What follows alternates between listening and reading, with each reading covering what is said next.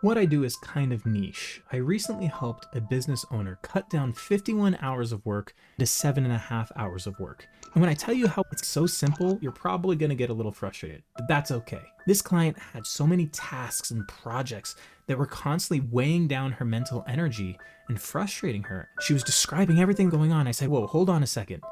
We need to sit down, get this all out of your head, write it out, and prioritize. She said, I have 51 hours of work ahead of me, right? I don't have time to sit down for an hour or two and do this. And I made the argument, you don't have time not to.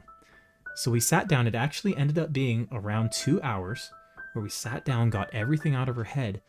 And while we were going through it, what we realized was that out of this 51 hours of work, only 7.5 of it was actually meaningful to her. Only 7.5 hours of it was stuff that she could not delegate to other members of her team. Only 7.5 hours of that work was stuff that actually moved the needle for her business. As we were going through it, there were several projects where I said, okay, what happens when you accomplish this, this, and this? She said, well, the outcome of that would be I would accomplish X, Y, and Z, right? That's what I get out of doing these tasks. And I said, okay, let's say that X, Y, and Z get accomplished. What does that do for you? And she had this aha moment of, oh, it doesn't accomplish anything.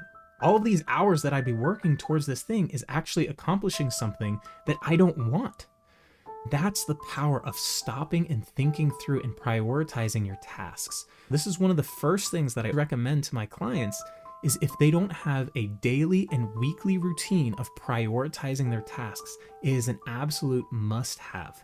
If this is something that I could support you with, feel free to reach out if you're wanting a weekly or daily check-in to help walk you through this and make sure that you're asking the right questions and doing the right tasks and planning your day and week most effectively. Feel free to reach out. That's what I do, and that's what Oh So Efficient is all about.